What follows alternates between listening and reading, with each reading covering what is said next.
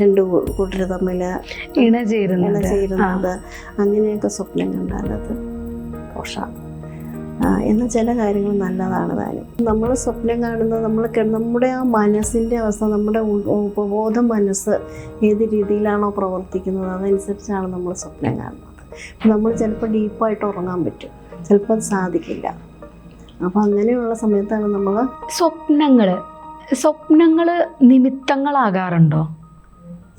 വളരെ റെയറായിട്ട് മാത്രം അങ്ങനെ നിമിത്തങ്ങളായി വരാറുണ്ട്. അത് നമ്മൾ പറയും പുലർകാല സ്വപ്നങ്ങൾ ചിരകാലം ഒത്തിട്ടെന്ന് പറയും. അപ്പോൾ നമ്മൾ വെളുപ്പാങ്കാലത്തൊക്കെ കാണുന്ന സ്വപ്നങ്ങൾ ഒരുപക്ഷെ അത് യാഥാർത്ഥ്യമാകാൻ സാധ്യതയുണ്ട്. പക്ഷേ എൻ്റെ അനുഭവത്തിൽ അങ്ങനെ 1-2 കാര്യങ്ങളൊക്കെ സംഭവിച്ചിട്ടുള്ളൂ. ഞാനങ്ങനെ ഒരു സ്വപ്നം കാണുന്ന ആളല്ല. പിന്നെ നമ്മൾ സ്വപ്നം കാണുമ്പോൾ ഇപ്പോൾ സർപ്പങ്ങളെയൊക്കെ സ്വപ്നം കണ്ടു കഴിഞ്ഞാൽ നമുക്ക് ധനം കിട്ടും, അങ്ങനെ ഒക്കെ പറയും. അതുപോലെ ചില കാര്യങ്ങൾ നമ്മൾ സ്വപ്നം കാണാൻ പാടില്ല. പാടില്ലാത്ത കാര്യം എന്ന് പറഞ്ഞു കഴിഞ്ഞാൽ ഇപ്പോൾ നമ്മൾ ഈ ചീത്ത കാര്യങ്ങൾ ഒക്കെ കണ്ടു ചീത്ത കാര്യങ്ങളെന്ന് പറഞ്ഞു കഴിഞ്ഞാൽ ഇപ്പോൾ എന്താ പറയുക, ഈ രണ്ട് കൂട്ടർ തമ്മിൽ ഇണ ചേരുന്നത് അങ്ങനെയൊക്കെ സ്വപ്നം കണ്ടാലത് ദോഷമാണ്. എന്നാൽ ചില കാര്യങ്ങൾ നല്ലതാണ് താനും. ഇപ്പം സർപ്പത്തിൻ്റെ നല്ലതെന്ന് പറഞ്ഞില്ലേ, അതുപോലെ ചില സ്വപ്നങ്ങൾ നല്ലതാണ്, അത് യാഥാർത്ഥ്യമാകും. ചിലതൊന്നും അങ്ങനെ സംഭവിക്കാറില്ല. ഇപ്പം ചില സ്വപ്നങ്ങൾ നമുക്ക് ഭാവിയിലേക്കുള്ള സൂചന ആവാറുണ്ട്. അതും അങ്ങനെ വരാറുണ്ട്. നമുക്കിപ്പോൾ ഇപ്പോൾ ഒരു വാഹനം വാങ്ങാൻ പറ്റും. അപ്പം നമ്മൾ ആഗ്രഹിച്ച് കിടക്കുമ്പോഴാണല്ലോ അതിനെക്കുറിച്ചൊക്കെ സ്വപ്നം കാണുന്നത്. എപ്പോഴും ഒരു നമ്മുടെ നമ്മുടെ മനസ്സിൻ്റെ ഒരു ഇതാണല്ലോ സ്വപ്നം കാണലൊക്കെ. അപ്പോൾ ഉപബോധ മനസ്സിലങ്ങനെ കിടക്കുമ്പോൾ നമ്മൾ ആ കാര്യം സ്വപ്നം കണ്ടു കഴിഞ്ഞാൽ അത് ചിലപ്പോൾ നമുക്ക് യാഥാർത്ഥ്യമായി തീരും. അതുപോലെ തന്നെ ഈ മരണം സ്വപ്നം കണ്ടു കഴിഞ്ഞു കഴിഞ്ഞാൽ ശരിക്കും മരണം നല്ലൊരു കാര്യമല്ല, പക്ഷെ അത് കണ്ടാൽ നല്ലതാന്നാ പറയുന്നത്. സ്വപ്നം കണ്ടാൽ അത് ആകുമെങ്കിൽ നമ്മുടെ എന്തെല്ലാം കാര്യങ്ങൾ യാഥാർത്ഥ്യമായേനെ. നമ്മൾ ദൂരെ സ്വപ്നങ്ങൾ കാണുന്നുണ്ട് അല്ലേ, പല സ്വപ്നങ്ങളും കാണുന്നുണ്ട്. അപ്പം അങ്ങനെ എപ്പോഴും ഒന്നും അങ്ങനെ സംഭവിക്കില്ല, വളരെ റെയറായിട്ട് മാത്രം അത് യാഥാർത്ഥ്യമാകാറുള്ളൂ. ഈ സ്വപ്നങ്ങളും മുൻജന്മം തമ്മിൽ കണക്ഷൻ ഉണ്ടാവും? മുൻജന്മ അങ്ങനെ ഒരു കണക്ഷൻ പറയാൻ പറ്റില്ല അതിന്. കാരണം നമ്മൾ സ്വപ്നം കാണുന്നത് നമ്മുടെ ആ മനസ്സിൻ്റെ അവസ്ഥ, നമ്മുടെ ഉപബോധ മനസ്സ് ഏത് രീതിയിലാണോ പ്രവർത്തിക്കുന്നത് അതനുസരിച്ചാണ് നമ്മൾ സ്വപ്നം കാണുന്നത്. നമ്മൾ ചിലപ്പോൾ ഡീപ്പായിട്ട് ഉറങ്ങാൻ പറ്റും, ചിലപ്പോൾ അത് സാധിക്കില്ല. അപ്പോൾ അങ്ങനെയുള്ള സമയത്താണ് നമ്മൾ ഈ ഓരോ സ്വപ്നങ്ങൾ, അത് നമ്മുടെ മനസ്സിലിങ്ങനെ കിടക്കുന്ന കാര്യങ്ങളായിരിക്കും സ്വപ്നം കാണുന്നത്. ഇപ്പോൾ ചിലപ്പോൾ നമ്മുടെ അച്ഛനും അമ്മയും മരിച്ചുപോയി, അപ്പോൾ അവർ ശരിക്കും നമുക്ക് ആ ജീവിച്ചിരിക്കുന്ന രീതിയിൽ സ്വപ്നം കാണാറുണ്ട്. ഇപ്പം അമ്മ ചെയ്യുന്ന ആ രീതി, ഇപ്പം നമ്മളെന്തെങ്കിലും ചെയ്തിട്ടുണ്ടെങ്കിൽ ആ രീതിയിൽ നമ്മളെ വന്നിങ്ങനെ തലോടുന്നതായിട്ടും, അതിപ്പോൾ നമുക്കൊരു അസുഖമായി കിടക്കുന്ന സമയത്ത് അതൊക്കെ എനിക്ക് അനുഭവത്തിലുണ്ടായിട്ടുള്ളതാണ്.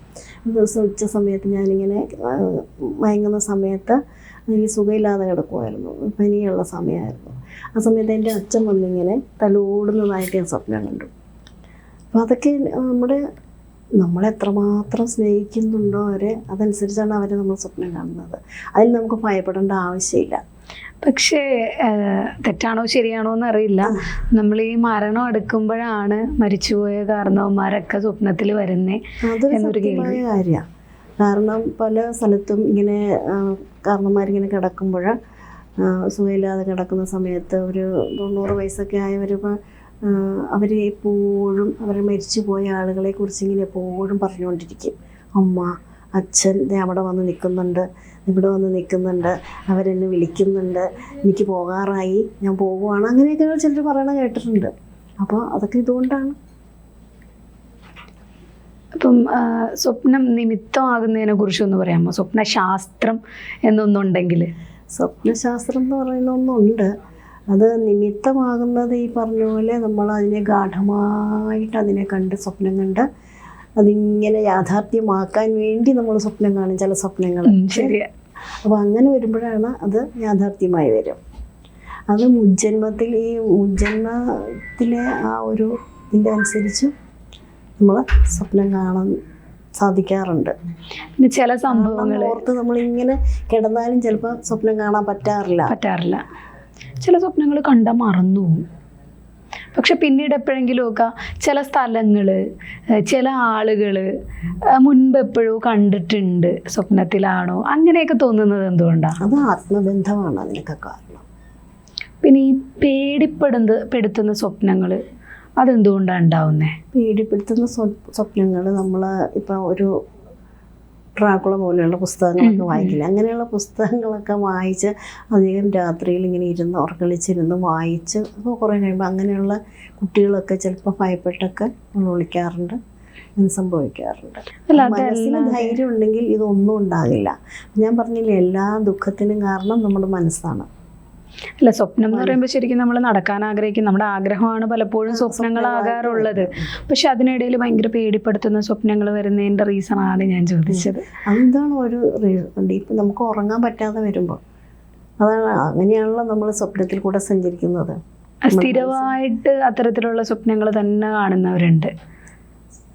അങ്ങനെ കാണുന്നവരുണ്ടല്ലേ. അപ്പം അങ്ങനെ കാണുന്നവരുണ്ടെങ്കിൽ അത് അവരുടെ മനസ്സിൽ നിന്ന് അത് പോകണില്ല. ഒരു കാര്യം ഒന്നിലൊരു സാറ്റിസ്ഫൈഡ് അല്ലാതെ വീണ്ടും വീണ്ടും ആഗ്രഹിച്ച് അങ്ങനെ പോകുന്നവരാണ് കൂടുതൽ ഈ സ്വപ്നത്തിലേക്ക് പോകുന്നത്.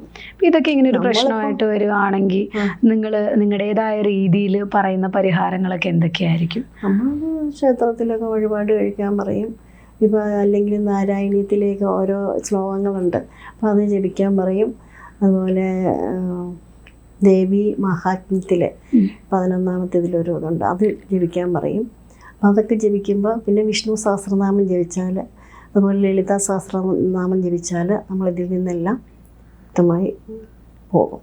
പിന്നെ അതുപോലെ തന്നെ മാം, ഈ നമ്മൾ കിടക്കുമ്പോഴൊക്കെ ഈ ഇരുമ്പ്, ചൂല് ഇതുപോലുള്ള ഇതൊക്കെ വെക്കുന്നത് പണ്ടുള്ളവർ അതെന്തിനാ?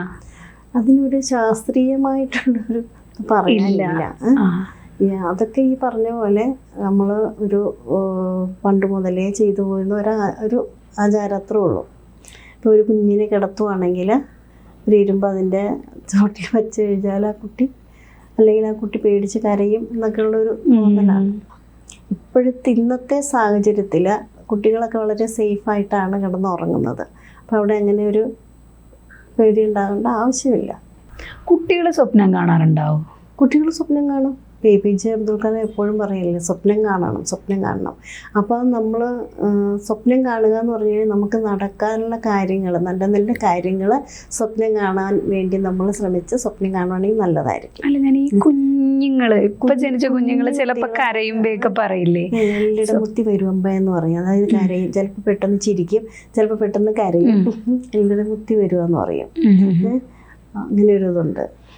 അത് കുട്ടികളെ ഇങ്ങനെ ഇഷ്ടപ്പെട്ടവർ വന്ന് കെട്ടിപ്പിടിക്കുന്നതാണെന്നാ പറയണത്. ആ സമയത്ത് അവർക്കൊരു പെട്ടെന്നൊരു സന്തോഷവും സങ്കടവും, അത് പോയി കഴിയുമ്പോൾ സങ്കടം, അങ്ങനെയാണെന്നാണ് പറയുന്നത്. നമ്മുടെ അവിടെയൊക്കെ പറയും, അച്ഛനെ സ്വപ്നം കണ്ടു കഴിഞ്ഞ് കഴിഞ്ഞാൽ കരയും, അമ്മനെ കണ്ടു കഴിഞ്ഞ് കഴിഞ്ഞാൽ ചിരിക്കും, അങ്ങനെയൊക്കെ അങ്ങനെ പറയും.